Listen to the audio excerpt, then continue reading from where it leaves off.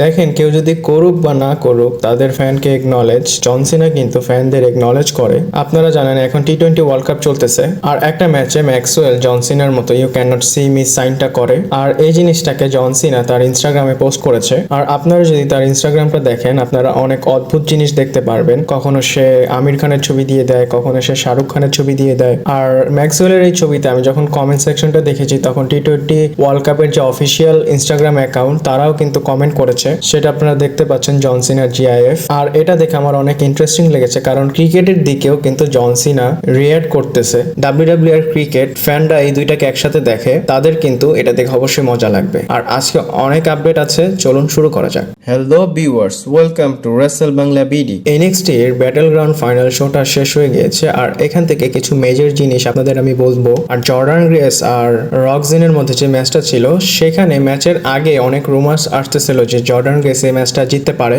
সে যদি ম্যাচটা জিতে যায় তাহলে কিন্তু সে এনএক্সটি উইমেন চ্যাম্পিয়নশিপটা জিতে নিবে, কিন্তু এই জিনিসটা সে করতে পারেনি। জর্ডান গ্রেস এই ম্যাচটা হেরে যায়, কিন্তু এই ম্যাচটা অনেক ভালো ছিল। এছাড়াও ইথম পেজ এবং ট্রিক উইলিয়ামের ম্যাচ ছিল, আর এখানে সাকসেসফুলি ট্রিক উইলিয়াম তার টাইটেলটা রিটেন করে নেয়। তারপরে ওবা ফেমিরও ম্যাচ ছিল, ওবা ফেমি এখানে তার টাইটেলটা সাকসেসফুলি ডিফেন্স করে এবং রিটেন করে নেয়। আর তার যে টাইটেলটা সেটা কিন্তু 15 মাসের একটা রেকর্ড চলতেছে, সেটা ওকে সে ক্যারি করতেছে। আর আমি একটা জিনিস বলি, ওবা ফেমি এই নামটা হবে যে কিনা সামনে আরো 5 বছরের মধ্যে মেইন রস্টারে এমন কিছু করবে, সবার মুখে মুখে তার নামটা থাকবে, কারণ ওনার বিল্ড, ওনার ফিজিক এমন ভাবে হচ্ছে বাকি যে সুপারস্টার তাদের সামনে, সেটা একটু অন্যরকমই। আর ওনার সাকসেস হওয়ার চান্স কিন্তু অনেক বেশি। নেক্সট ড্রু ম্যাকিন্টায়ার বিষয়ে কথা বলি। আপনারা জানেন ড্রু ম্যাকিন্টায়ারের আগে যখন ক্ল্যাশ এট দি ক্যাসেলে গিয়েছিল, সে রোমান রিন্সের কাছে ম্যাচটা হারার পর সে কিন্তু টাইসন ফিউরির সাথে কথা বলেছে এবং নাচতেছিল এবং গান গাচ্ছিল, এবং সেই জিনিসটা নিয়ে ফ্যানরা কিন্তু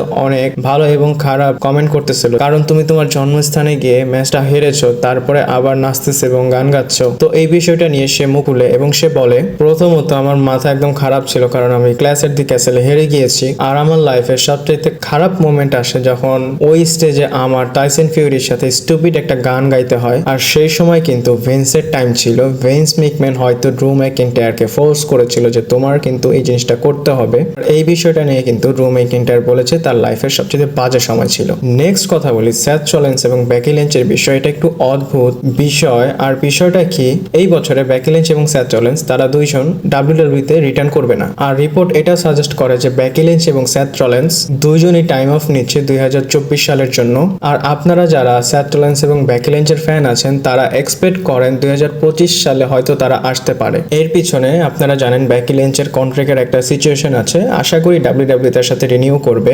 সেথ রলিন্সের বিষয় আমার মনে হয় না তার রিকভারি করতে এত টাইম লাগবে। আমি তো আপনাদের আপডেটও দিয়েছিলাম তার বিষয়। আমার মনে হয় সে নিজে থেকেই টাইম অফ নিচ্ছে যেন সে তার ফ্যামিলিকে টাইম দিতে পারে। আর আপনারা জানেন তার একটা বেবিও আছে। যদি এই রিপোর্টটা সত্য হয় তাহলে এই ঘটনাটাই ঘটতে পারে সেথ রলিন্স এবং বেকি লিঞ্চের রিটার্নের ক্ষেত্রে। এরপর গাইস ব্লাড লাইনের বিষয় বলি। টামা টোঙ্গা এসেছে, টোঙ্গালো এসেছে, আর জেকাব ফাটো কিন্তু অলরেডি সাইন করে নিয়েছে ডাব্লিউডাব্লিউর সাথে। আর নতুন একটা নাম এসেছে হিকুলিও, আপনারা হয়তো এই মানুষটাকে চিনেন না। আর এটা বলা হচ্ছে এনজেপিডাব্লিউ তে ওনার যে ফাইনাল ম্যাচ সেটা হয়ে গিয়েছে, আর এখন সে আসতেছে ডাব্লিউডাব্লিউ কোম্পানিতে। আর আপনাদের একটা জিনিস বলি, ডাব্লিউডাব্লিউ কিন্তু এর আগেও তার প্রতি ইন্টারেস্ট দেখিয়েছিল, কিন্তু তার একটা কন্ট্রাক্টের প্রবলেমের কারণে ডাব্লিউডাব্লিউ তাকে নিতে পারেনি। আর জুন যেহেতু এসে পড়েছে, ওনার কন্ট্রাক্টটা শেষ হয়ে গিয়েছে অন্য কোম্পানির সাথে, এর মানে ডাব্লিউডাব্লিউ তাকে সাইন করে ফেলবে। দেখেন এর বিষয়ে স্টোরি লাইনে আমি কোনো রিলেট করার চেষ্টা করব না, জাস্ট আমি আপনাদের এটা বললাম হিকুলিও এমন একটা নাম যে সে ব্লাড লাইনের সাথে জয়েন হতে পারে।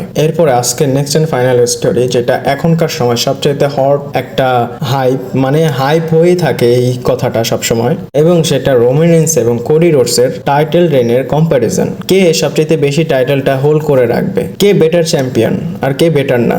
আর দ্য বেবি ফেসেস পডকাস্টে কোডি রোডস এই কথাটা নিজে থেকেই বলে দিয়েছে, মানে উনি কি ভাবে এই টাইটেলটা নিয়ে বা রোমান রিন্সের যে চ্যাম্পিয়নশিপের রেনটা চলেছে সেই সব নিয়ে। এবং সেটা বলে যে দেখেন রোমান রিন্স যখন সে টাইটেলটা জিতেছে আর সে যখন টাইটেলটা ক্যারি করেছে, মানে যেই সময়, সেই সময়টা অনেক ইউনিক ছিল, সেখানে কোভিডের একটা সময় ছিল। কিন্তু সে তার বিষয় বলে যে আমি যখন চ্যাম্পিয়নটা জিতেছি, আর এটা যদি রেসেলমেনিয়ার একটা পিক মোমেন্ট হয়, তাহলে এখান থেকেই একটা বেটার স্পিড আমার টাইটেলটা পাবে, মানে বড় একটা রেনের কথা সে বলে। মানে সে ডাইরেক্ট বলেনি যে আমারটা রোমানের থেকে বেটার বা রোমানেরটা আমার থেকে বেটার, সে এটা বলে বলে যে আমি যে এজে স্টাইলের সাথে ম্যাচটা করেছিলাম আমার টাইটেলের জন্য, সেটা কিন্তু বেস্ট একটা ম্যাচ হয়েছিল। আর এইভাবেই আমার টাইটেল রেনটাকে আমি চালাবো। যাদের সাথে আমার ম্যাচ হয় আমি ভালো ম্যাচ ডেলিভার করার চেষ্টা করব। আর আমি যদি আমাকে রিপ্রেজেন্ট ভালোভাবে করতে পারি তাহলে রোমান রেন্সের থেকে আমার টাইটেল রেনটা একটু বেটার মনে হবে। কারণ রোমান রেন্সের ব্যাপারে কিন্তু আপনারা জানেন সে কিন্তু টাইটেল খুব কম ডিফেন্স করেছে। আর কোরি রোডস কিন্তু এইসব কথা ক্লিয়ারলি বলে নাই, ক্লিয়ার না বলেও ইনডিরেক্টলি অনেক কিছু বলেছে, আমি আপনাদের ভেঙে বললাম। আর আপনারা যদি রোমান রেন্সের সাথে কম্পারিজন করেন আপনারা ভুল করবেন, কারণ 4-5টা বছর একটা টাইটেল রাখা আপনারা এখনকার সময় চিন্তা করতে পারেন যেটা রোমান রেন্স করেছে। আর যদি কম্পারিজন করেন তাহলে রোমান রেন্স কিন্তু এগিয়ে থাকবে টাইটেল রেনের দিক থেকে। আর কিছু সময়ের মধ্যে আমরা এটা দেখতে পারবো কোরি রোডস তাকে কিভাবে রিপ্রেজেন্ট করে। আর এই বিষয়ে যদি আপনাদের কোনো এক্সপার্ট ওপিনিয়ন থাকে আমাকে অবশ্যই বলতে পারেন কমেন্ট করে। আমার ভিডিওটা ভালো লাগলে লাইক করুন, সাবস্ক্রাইব করে পাশে থাকবেন। পরবর্তী ভিডিওতে আবার দেখা হচ্ছে।